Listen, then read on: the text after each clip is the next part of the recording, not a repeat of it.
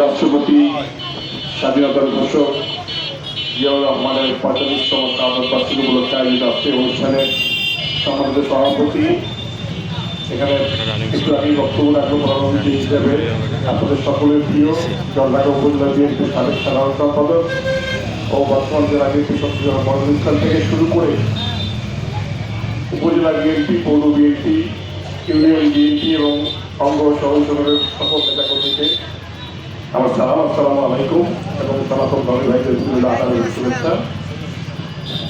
কি বক্তব্য কি আর দিব, শুনবেন? গরম লাগতেছে তো। আসলে আজকে যেহেতু আমাদের দলের প্রতিষ্ঠাতা শহীদ রাষ্ট্রপতি জিয়াউর রহমানের শাহাদত বার্ষিকী, আমরা দোয়া, তার ছেলের জন্য দোয়া, তার প্রয়াত স্ত্রী আমাদের গণতন্ত্রের মাতা বেগম খালেদা জিয়ার দোয়া করবো আমরা। কিন্তু বিষয়টা এমন হয়ে গেছে যে সরকারি দলের কর্মী হিসাবে প্রতিনিয়ত যেভাবে সরকারের বিরুদ্ধে অপপ্রচার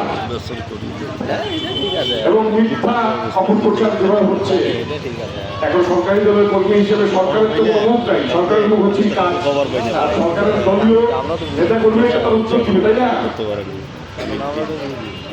আমরা একটু শুরু থেকে শুনি, জিয়াউর রহমান সাহেবকে নিয়ে আওয়ামী লীগ অনেক মিথ্যাচার করতে পারে নাই। আমাদের বগুড়ার সন্তান ডাকনাম ছিল কমল। ওনার আত্মা কিন্তু একজন কেমিস্ট ছিলেন, রসায়নবিদ ছিলেন। উনি কলকাতায় সরকারি চাকরি করতেন, সেই হিসাবে জিয়াউর রহমান কিন্তু এখানে 1 বছর তার লেখাপড়া করছে বগুড়ায়। এরপরে কিন্তু তিনি কলকাতা হেয়ার স্কুলে লেখাপড়া শুরু করেন। তাই হেয়ার স্কুলে ওখানে কিন্তু লেখাপড়ার মাধ্যমটা হচ্ছে ইংরেজি আর উর্দু একটা সাবজেক্ট ছিল। তো উনি কিন্তু ওনার স্কুলে বাংলা শেখে নাই। এরপরে ওনার আব্বা যখন দেশ ভাগ হয় 47 সালে, ওনার আব্বা চলে যায় করাচিতে।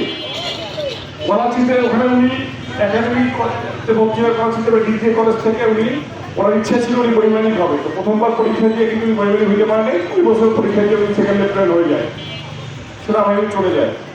ওনার এই লেখাপড়ায় কিন্তু কোথাও উনি বাংলা শেখে নেই। এখন শেখ হাসিনা দেখে না বক্তব্য দিতে জিয়াউর রহমান উর্দুতে লিখি বাংলা করতে। আরে ভাই, যে সারা জীবনে বাংলা শেখে নাই তারপরও বাংলার প্রতি এত ভালোবাসা, সে বাংলা কি বলতে পারতো না? কষ্ট করে হলেও তো শিখছে। তাহলে এইটা তো দেশে সে সৈনিক, সে সারা জীবন যুদ্ধে ছিল। 1965 সালে ভারত পাকিস্তান যুদ্ধে সে একটা ক্যাম্পের কমান্ডার হিসাবে, সে ওখানকার শ্রেষ্ঠ কমান্ডার হিসেবে পাকিস্তানের সর্বোচ্চ খেতাব পায়, এরকম সে ওখানে পুরস্কার পায়। এরপরে তো বাংলাদেশে আসে 71 সালে, তার ভূমিকা কি আপনারা সবাই জানেন।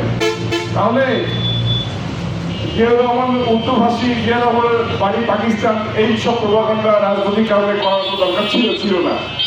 কিন্তু শহীদ রাষ্ট্রপতি জিয়াউর রহমান, বেগম খালেদা জিয়া তাদের জীবদ্দশায় কিন্তু একদিনও শেখ মুজিবুর রহমান সম্বন্ধে একটি নেগেটিভ কথা বলছে কি না?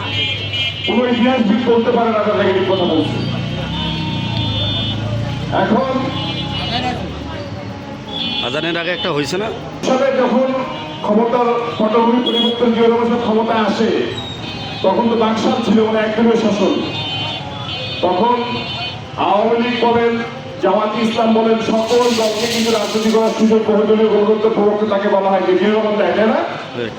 সেই হিসেবে তো আওয়ামী লীগের জনক জিয়াউর রহমান, পূর্ণ জনক, জামাত ইসলামের জনককে জিয়াউর রহমান। তো জিয়াউর রহমান এরাকে রাজনীতির সুযোগ করে কি ভুল করছে? কিছুদিন আগে তারেক রহমান সাহেব একটা বক্তব্য দিয়েছিল যে ধানের শীষ মাওলানা আব্দুল হামিদ ভাসানী জিয়াউর রহমান সাহেবকে তুলে দিচ্ছে। এখানে কথাটা তারা তো বুঝতে পারে, জিয়াউর রহমান সাহেব যখন সেনাবাহিনী প্রধান ছিল তখন ভাসানী সাহেবের কাছে ডাকতো, ডাইরেক্ট তার সাথে একটা ভালো সক্ষতা ছিল। তো জিয়াউর রহমান সাহেবের দলের মহাসচিব ছিল মশিউর রহমান যাদবিয়া। তো উনি তো বিএনপিতে যোগদান করে এই ধানের শীষ মার্কার যাদবিয়া ছিল মাওলানা আব্দুল হামিদ ভাসানী। তারপরে সে যখন তার দলে আসে, সে দলের সিনিয়র মেম্বার হিসেবে যায় এবং সেই মার্কাটা কিন্তু জিয়াউর রহমানের হাতে তুলে দেয়। তারেক রহমান কি কোনো মিথ্যাচার করছে? আপনারা ইতিহাস জানেন না। এই বাচ্চা ছেলে এখন গাড়ি মুখ চালায় দেয়, এদেরকে দিয়ে একটা দল এইসব বাজে প্রভাবটা করায়। আমরা খুবই মজা হতো, আমরা আশা করছিলাম যে আগামী দিনে আমরা এমন একটা রাজনীতি করবো যে রাজনীতিতে পারস্পরিক শ্রদ্ধাবোধ থাকবে, পারিবারিক দায়বদ্ধ থাকবে, একে অন্যকে সম্মান করবে, যে যত করে করবো। কিন্তু এই 24 পরবর্তী আপনারা দেখছেন মুখের ভাষা কিরকম।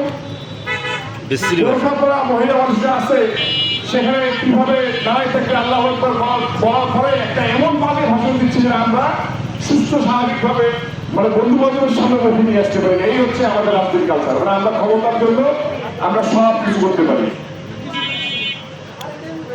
সেই সংসদে মামুক রাষ্ট্রচন্দ্র একটা ভালো কথা বলছে যে এই জামাতে ইসলাম যে দলটা বিএনপির সাথে ষড়যন্ত্র করা সবসময় করে।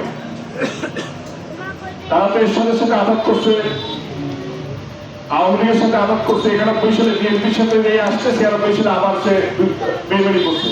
আবার এই যে 111 বিষয়টা তারা জানতো, তখন কি বলছে যে আমরা খালেদা জিয়া এবং তারেক রহমানের কোনো অপকর্মের দায়ভার নেব না। এরপরে কি তারা ফাঁসিতে ধরে নাই বলছে কিনা বলেন? খালেদা জিয়ার বাড়ির সামনে বালু ট্রাক সরাইতে পারে না বিএনপি, একটা পার্টি অফিস ওইখানে আন্দোলন করে। আপনাদের সারা বাংলাদেশের কোনো পার্টি অফিস করতে পারছিলেন? হ্যাঁ, বিএনপি তো আসলে এই ধরনের রাজনীতি বিশ্বাস করে না। বিএনপি এইভাবে খোঁচা নিয়ে কথা বলা কিন্তু বিশ্বাস করে না। আজকে যে সরকার গঠন হইল, যে যে ক্ষমতায় দিছে, অমুক জায়গায় ধর্ষণ তারেক ধর্ষণ, অমুক জায়গায় এটা হচ্ছে তারেক, প্রত্যেকটা জায়গায় কিন্তু তদন্ত হয়েছে, আসামি ধরা হয়েছে এবং বিএনপি প্রেম করা হয়েছে। দেখা গেল যে আসলে বিএনপি ওখানে জড়িত না এবং তাদের দলের সর্বোচ্চ নেতা ফেসবুকে পোস্ট দিয়ে বিএনপিকে প্রেম করতেছে। লজ্জা সরব থাকা উচিত রাজনীতি। এগুলো একটা ঘটনা হইলে বলে তারেক রহমান সাহেব আর জীবনে কবে কথা বলতে পারে। প্রত্যেকটা বিষয়ে তারেক রহমানকে প্রেম করতেছে।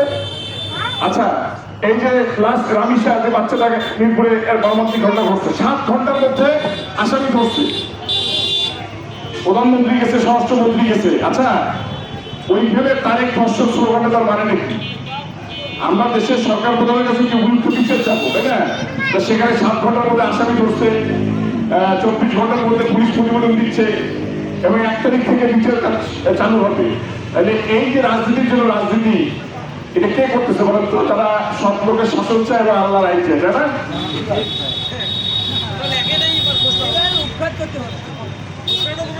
পোস্টারে কিভাবে লিখবে? এখন আপনাদের বাড়ি বাড়ি বলে এসেছে জান্নাত থেকে আপনাদেরকে, কিন্তু ওই যে ওদের জন্যই আপনার ওই যে মাওলানা ফয়জুল হক বলছে যে ওনারা ইন্ডিয়ার সাথে মিটিং করে, আমেরিকার সাথে মিটিং করে।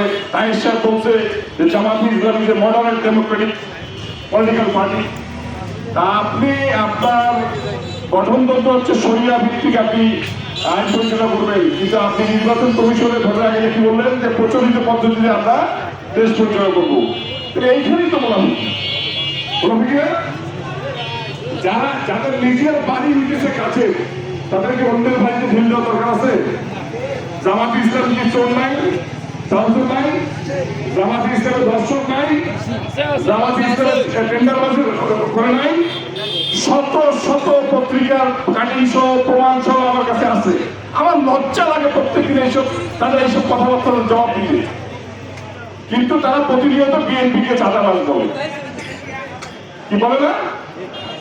তাহলে আগামীতে আমাদের কর্তব্য হচ্ছে আমরা কারো আগ পাড়ায় সমালোচনা করবো না, কিন্তু এই ধরনের সমালোচনা, এই ধরনের গুজব দিয়ে কিন্তু জনঢাকার মানুষকে গোমরাহ করছে তারা ভোটের আগে। প্রত্যেকটা জায়গায় এই দলের নোংরামো এবং এই যে ধর্ম ব্যবসায়ী, তারা ধর্মকে নিয়ে ব্যবসা করে, এটা আমাদেরকে বন্ধ করতে হবে।